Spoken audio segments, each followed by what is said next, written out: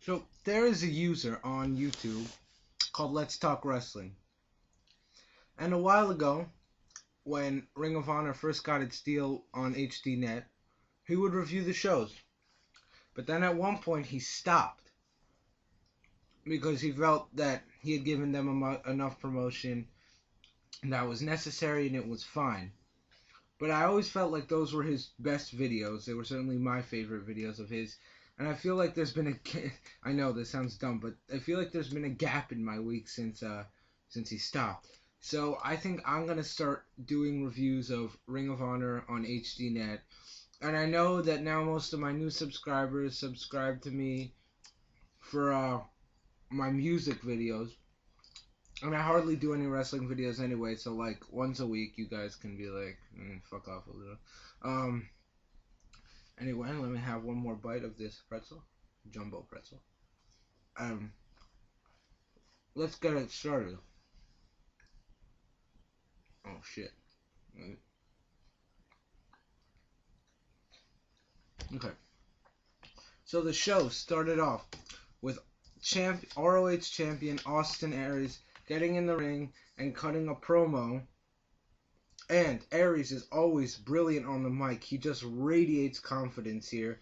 He was cutting a promo about how there are champions, like the Pittsburgh Steelers and Nigel McGuinness and Bryan Danielson. Then there are dynasties, like the New England Patriots and him. And then there are those people that are almost champions, but not quite good enough. Like Kenny Omega, Colt Cabana, and then he comes to Tyler Black. And so Tyler Black comes out and he says, you know what, I think... my bad. Austin Aries, who has been holding his lucky lottery recently, where he picks a random wrestler out of a hat and allows them to have a title shot with him.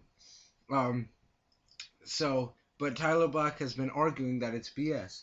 So Tyler Black comes out, says like, so Austin, stupid me. Austin Aries invites him to come out, and he says, now I'm going to let you do this so it's fair. And he hands him the sheet of paper and a hat, and Tyler Black goes, why is this sheet of paper blank? Because it was blank. And Aries lights it on fire into his face, and then the EMTs come and Aries leaves. And I thought this segment, I understand what they were trying to get at, but it really ended up kind of awkward. It was like the feud isn't big enough to the point where you can be using fire in it. I feel like most of the focus has been not so much on Aries versus Black, but more on Black can't win the title. So I don't think that this specific feud has been big enough to use fire in it yet. And while Aries is excellent on the mic, Tyler Black just comes off as very awkward and childish to me, although he's very good in the ring. So I think it was pretty impressive that Aries was able to light a piece of paper while Black was holding it. Everyone remembers the Undertaker vs. Mankind match where Undertaker couldn't even light the piece of paper while he was holding it. So I thought that was impressive, but still the segment kind of failed for me. Then they had Bryan Danielson's. They've been having his top 5 moments in ROH, and his number 3 moment was a match against Takeshi Morishima, and he was talking about how his eye got messed up and he still had to continue. Whatever, good enough. Then it was the debut on HDNet of the Super Smash Brothers, Player Uno and Player Dos, against Kevin Steen and El Generico. Now this match, it was the opening match, a lot of fun. It was definitely the most creative match of the night, and definitely a good debut for the Super Smash Brothers, although I'm a little annoyed that they didn't go over. I understand why they wouldn't put them over Steen and Generico, because they're the ex-champions and all, but still, to come in with all this excitement and stuff, and then lose, it's kind of pointless. But nevertheless, they put on a good match, and my favorite spot was definitely when Generico and Steen went to clothesline Player Dos. Dos falls on his back, kicks up, and does a double Pele kick. I thought that was very cool. Then next we move on to Kyle Durden interviewing the embassy. Now, Prince Nana, of course, is a genius on the mic. He makes the embassy my favorite part of the show to watch, although in terms of wrestlers other than Claudio, they're not that good. But he essentially said Grizzly Redwood, which he pronounced his name wrong. He said that it was so dumb that he was like putting up that who cares if you cut off a little bit of your facial hair, that he'll put up Ernie Osiris's beard against your beard in a beard versus beard match. And I thought this is kind of funny. This is going to be like a comedic match between the two, which I think it's going to be fun, definitely. And Osiris looks shocked, like, why would you put up my beard? So that was definitely fun. Next, we had Chris Hero versus Bobby Dempsey. Now, it was supposed to be sort of like a squash, but Dempsey doesn't really know how to sell things very well, so it ended up looking bad. And he had this thing where he would keep fighting back, but then he would just lose, so it was just kind of garbage, this match. But still, Hero's finisher looks really impressive. And then Eddie Kingston came out, and by the way, the Eddie Kingston-Chris Hero feud has been awesome. And it's mostly due to Eddie Kingston's awesome promos, although I don't think he's that good in the ring. But Kingston says, you know what, Hero, you're pretty good. I'm going to try to be just like you. And then he leaves, and people were wondering what was going on, and then you found out that he stole Chris Hero's loaded elbow pad, which is a gimmick he's been running for a while. So I think that's interesting. And if anything, if it shows Eddie Kingston knocking people out with the loaded elbow pad, that's beautiful. Then Jim Cornette cut a promo on joining ROH. It seemed like he was rushing his words too much, but Cornette is always gold on the mic.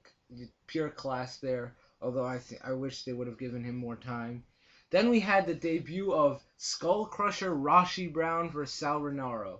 Now, Rinauro is funny, but this Skullkrusher Rasche Brown is like everything bad about wrestling in the 80s. Not that wrestling in the 80s was pretty awesome, but this is like highlights everything bad. It's overly cheesy, not believable at all. I mean, the segments they had working up to this was like him in a parking lot, like spray painting the number 13 in red so it looked like blood, like, ooh, that's intimidating. And he didn't look that impressive at all. So, I don't know. If they're expecting him to replace Nigel or Bryan, ROH is a little confused, let's just say that. Then we had the main event, the American Wolves versus Bryan Danielson and Roderick Strong. This is what they're calling Bryan Danielson's final countdown tour here. Now this match, the American Wolves are pretty badass. I mean, they're the champions, the tag team champions right now. But once they drop those belts, I think Davey Richards, maybe Eddie Edwards, but mainly Davey Richards, is ready to get into the main event level. He is just awesome. And so this match was really, really impressive. It was typical ROH on HDNet main event stuff. But, of course, any match with Danielson, it will be impressive. Strong looked pretty decent, and the Wolves were just awesome as always. There was one spot that was so awesome, it had me marking out like crazy. So, Davey Richards puts Roderick Strong in a single leg Boston Crab.